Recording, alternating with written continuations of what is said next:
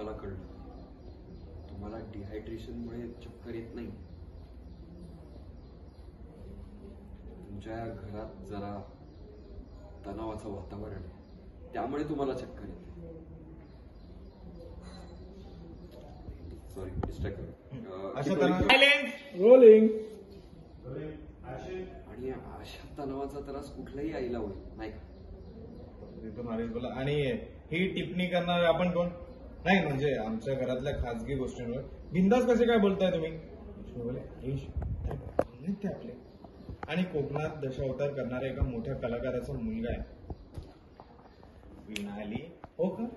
विनाली पाणी दिलं, पाणी दो बोलली. हो दशावतार खूप ऐकले तर.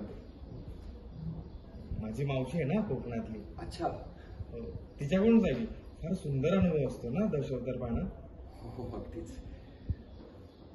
माझो बापूस म्हणजे माझे बाबा हे बाबुली मिस्त्री. माझे बाबा जेव्हा दशावताराचे रंग चेहऱ्याला लावून रंग स्वतः चेहऱ्यावर चढून. Ready silence. माझे बाबा जेव्हा दशावताराचे रंग चेहऱ्यावर चढवून रंगमंचावर पात्र साकारायला जातात ना तेव्हा ते देहभान काय ते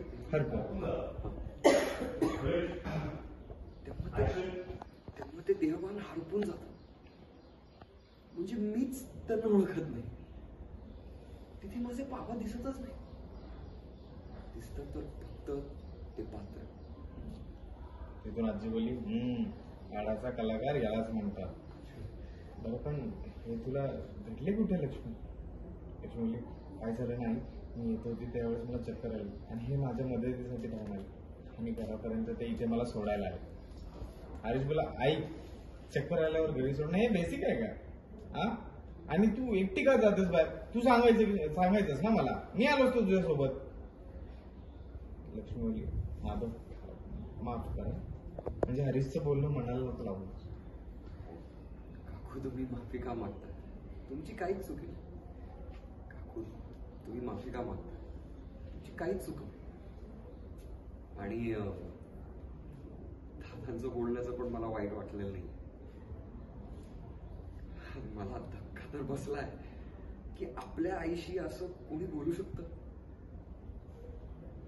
ते काय की माझी आई मला लहानपणापासून माझ्या बापशानेच मला सांभाळलं. सगळं त्यांनीच केलं. मी तर माझ्या स्वप्नात देखील माझ्या बाबांची असं मी बोलू शकत नाही. खरं सांगू, मी माझ्या बाबांना एक दिवसही बघितलं नाही ना की माझा जीव वरखाली होतो. म्हणूनच मी इतकी वर्ष त्यांच्याबरोबर कोकणात राहतोय ना. नाहीतर मी कधीच आलो असतो मुंबई किंवा पुण्यात नोकरी करायला.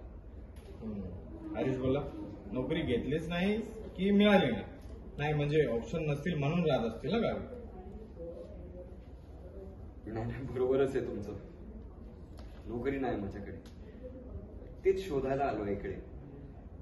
आणि नोकरी नाही म्हणल्यावर पगार पण दादा तुमचं बरोबर आहे. माझ्याकडे पैसे नाही पण तरी पण मी श्रीमंत आहे. कारण माझ्याकडे माणसं.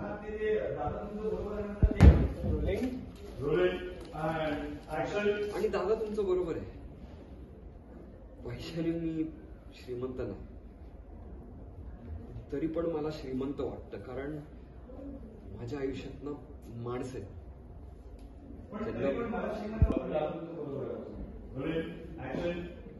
दादा तुमचं बरोबरच आहे. मी पैशाने श्रीमंत नाही तरी पण मला श्रीमंत असल्यासारखं वाटतं. कारण माझ्या आयुष्यात माणसं आहेत ज्यांना मी प्रेमानं जपतो. आणि म्हणून मी समाधानी. येतो का? अरे असं कसं काय? अरे पाणी वाटते, तू जेवणच जा. नाही नको मी येईन ना परत. नोकरी मिळाल्यानंतर.